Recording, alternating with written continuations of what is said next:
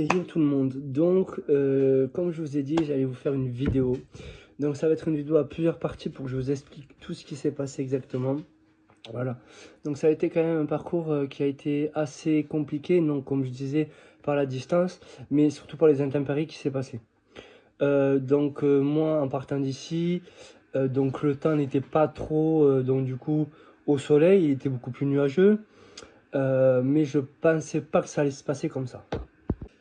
Dès que j'ai pris le départ, donc je suis parti directement Saint-Jean-de-Verge, donc pour prendre le matériel qui me manquait, et juste donc les 5 minutes après mon départ de Saint-Jean-de-Verge, j'ai pris une trompe d'eau. Donc suite à ça, je me suis arrêté ici chez moi pour me prendre un abri de pluie, une veste et dire bon, je pouvais honnêtement tout arrêter et dire bon, là il pleut trop, je fais pas mon parcours et je le ferai plus tard. Donc je me suis dit de la pluie ça n'a jamais tué personne, donc on va faire notre parcours comme il était prévu. Donc varie, pince à gueule, varie, jusqu'à là ça va, mis à part les intempéries. Mon trajet se passe super bien, donc je trace, donc voilà, je prends beaucoup la pluie de ici jusqu'à Pamiers, je prends beaucoup la pluie.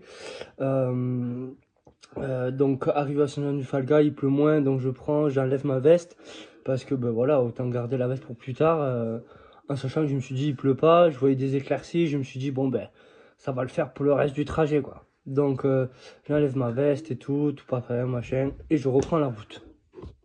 Tout le reste de la route se passe merveilleusement bien, j'arrive à Pinsaguel, voilà, donc tout se passe bien, je fais une petite halte quelque part, et je reprends la route, donc voilà, donc je reprends la route, et c'est à ce moment-là où est-ce que ça a pris des proportions pas démesurées, mais assez dangereuses. Donc je reprends la route, et là, du coup, je me retrouve dans deux cellules, mais orageuses, mais vraiment. Voilà, donc en vrai, en réalité, quand j'en reparle et que je vous explique ça, honnêtement, ouais, je me suis mis totalement en danger, quoi, vraiment. Voilà, vraiment, c'était un village orange, je crois, sur Haute-Garonne.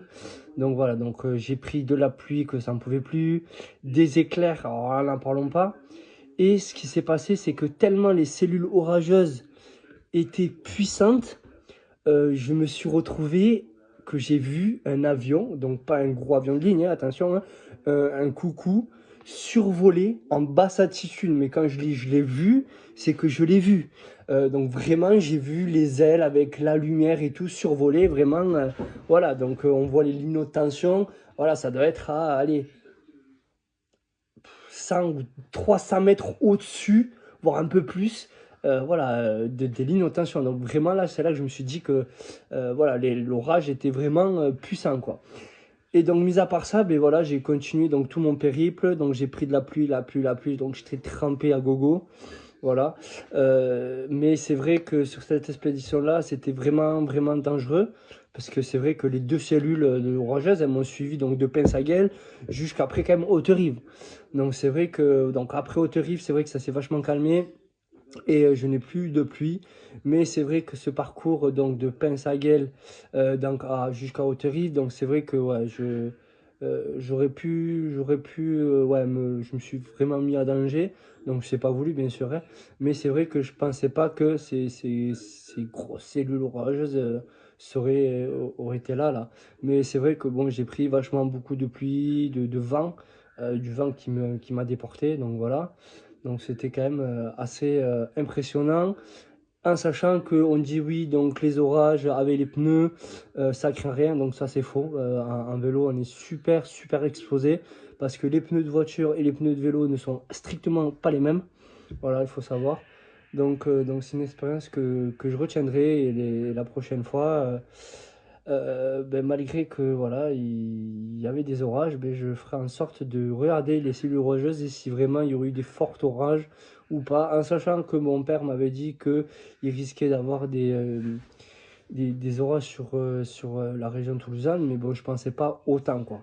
Mais c'est vrai que j'en tire de cette expérience que ça a été quand même une expérience assez particulière et assez impressionnante au niveau des forts orages et des éclairs. Voilà, et du tonnerre, hein. Franchement, c'était assez puissant.